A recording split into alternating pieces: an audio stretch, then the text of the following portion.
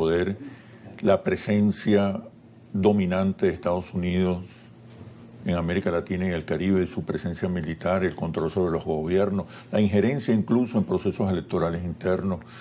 Estamos hablando de un nuevo reordenamiento que implica un nuevo reparto global. Esa es la pregunta que le estamos haciendo a nuestro invitado de hoy, Leopoldo Pucci, uno de los más importantes analistas políticos del país. ¿Qué crees tú? Uno de los elementos que caracteriza la situación es que los organismos internacionales, multilaterales, Naciones Unidas y otra serie de organismos, Organización Mundial de la Salud, organismos dependientes del sistema mundial, no son reconocidos por el nuevo gobierno de Estados Unidos. Es decir, plantea su predominio en ciertas esferas y zonas de influencia directamente sin la obediencia a las reglas establecidas. Entonces, lo primero que se ha afectado es lo de las reglas establecidas. O sea, uno de los países importantes de Naciones Unidas declara que no va a obedecer las reglas, digamos, universales de funcionamiento. No es que siempre han sido acatadas por todas las potencias de los países, pero era un marco por lo menos aceptado globalmente. Entonces, eso es una de las modificaciones. Es decir, tengo derecho a actuar en razón de mi fuerza, independientemente de la normativa que exista, en razón de mis propios intereses, en el nuevo contexto mundial.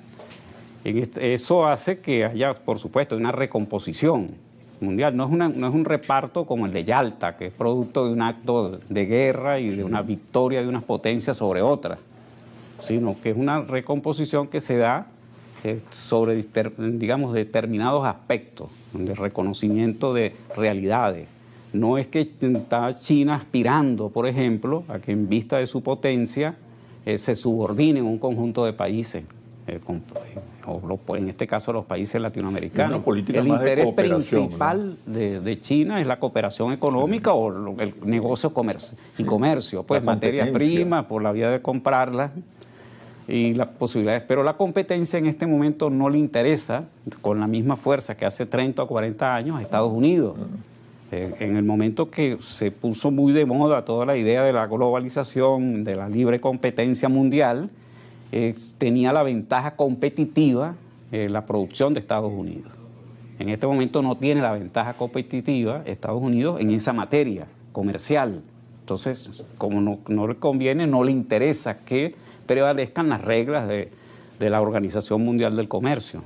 Es decir, una especie de caos y desorden para un cierto reordenamiento en términos de la constatación que hay algunas debilidades en Estados Unidos. Esas debilidades económicas, financieras, petroleras, la gran deuda que no existía hace 30 años en Estados Unidos, hacen que haya un remodelamiento de su conducta y su comportamiento mundial tratando de preservar sus intereses en esa competencia mundial. Entonces, sí hay un reordenamiento, pero no en términos de una distribución del mundo estilo fin de la Segunda Guerra Mundial. La política exterior de Estados Unidos no nos está hablando más bien de una reafirmación de la hegemonía norteamericana en América Latina, una mayor claridad acerca de que este continente es nuestro, de que América Latina es de los norteamericanos. Siempre concibieron que era parte, pero ahora, como decíamos, patio trasero. Entonces ahora hay una reafirmación. Okay. Entonces esa reafirmación nos ha llevado a una vez que pierdes la capacidad de influir por la vía política, cultural y financiera, quieres imponerlo mucho más por la vía de la fuerza y por la vía militar. Entonces ya hay una participación mucho más abierta, en otras ocasiones era discreta, en lo que tiene que ver hasta con procesos electorales. O sea, llamando a votar por un candidato, bien sea en Argentina, bien sea en Honduras.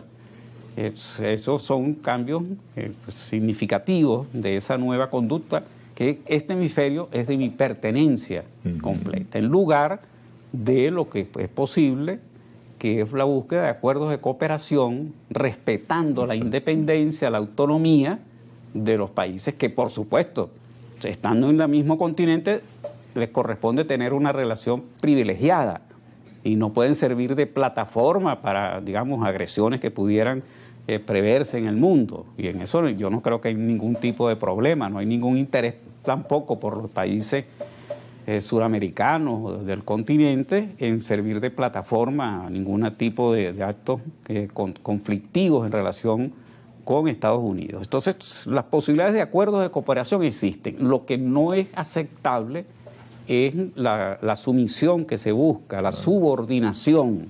Exacto. ¿No? A retornar a un esquema del momento más duro de la doctrina Monroe, del control absoluto, que en aquel momento, en muchos momentos, estuvo amparado por la idea del comunismo. Los regímenes militares. Todo lo que fue el Plan Cóndor y los sistemas estos militares que se impusieron en el mundo. En las actuales circunstancias se quiere revivir mucho de eso.